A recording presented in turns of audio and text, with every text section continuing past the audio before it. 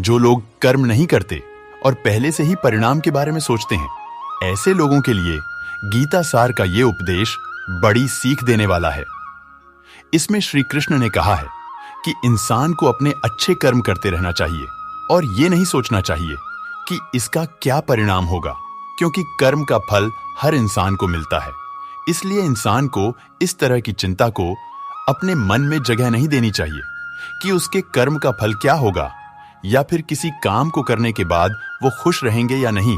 गीता सार में श्री कृष्ण ने कहा है कि हर इंसान के द्वारा जन्म मरण के चक्र को जान लेना बेहद आवश्यक है, क्योंकि मनुष्य के जीवन का मात्र एक ही सत्य है और वो है मृत्यु।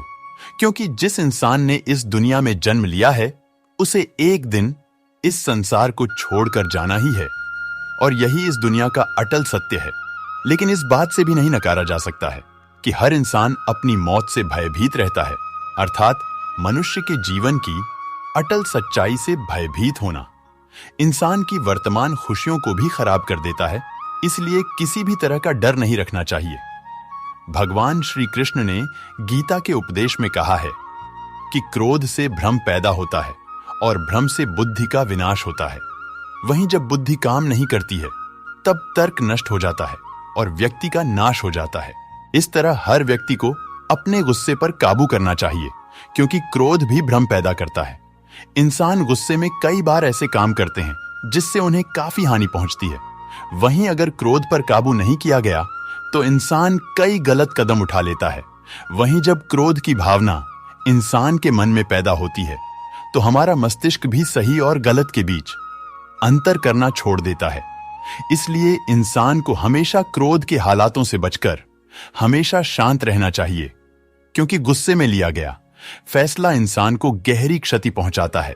श्री कृष्ण ने गीता सार में बताया है कि कोई भी व्यक्ति अपने कर्म को नहीं छोड़ सकता है, अर्थात जो साधारण समझ के लोग कर्म में लगे रहते हैं, उन्हें उस मार्ग से हटाना ठीक नहीं है, क्योंकि वे ज्ञानवादी नहीं बन सकते।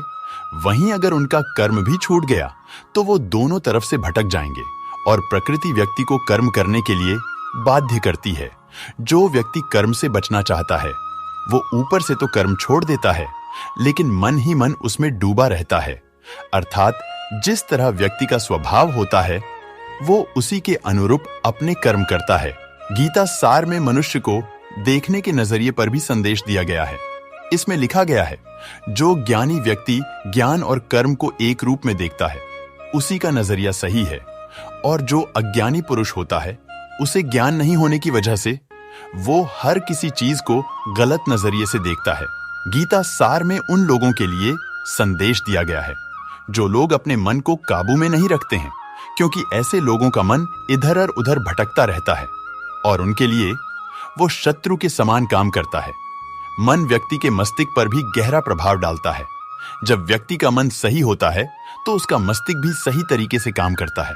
गीता सार में यह भी उपदेश दिया गया है कि मनुष्य को पहले खुद का आकलन करना चाहिए और खुद की क्षमता को जानना चाहिए, क्योंकि मनुष्य को अपने आत्मज्ञान की तलवार से काटकर अपने हृदय से अज्ञान के संदेह को अलग कर देना चाहिए।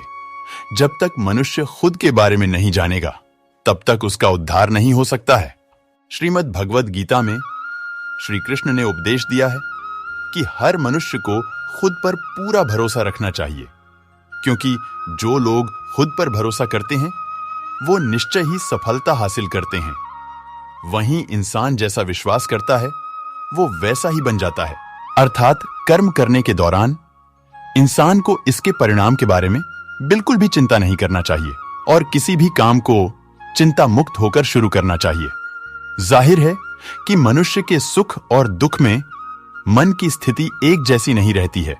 सुख में मनुष्य ज्यादा उत्साहित हो जाता है और दुख में वो बेकाबू हो जाता है। इसलिए सुख और दुख दोनों में ही मनुष्य के मन की स्थिति एक ही समान हो, इसे योग ही कहा जाता है।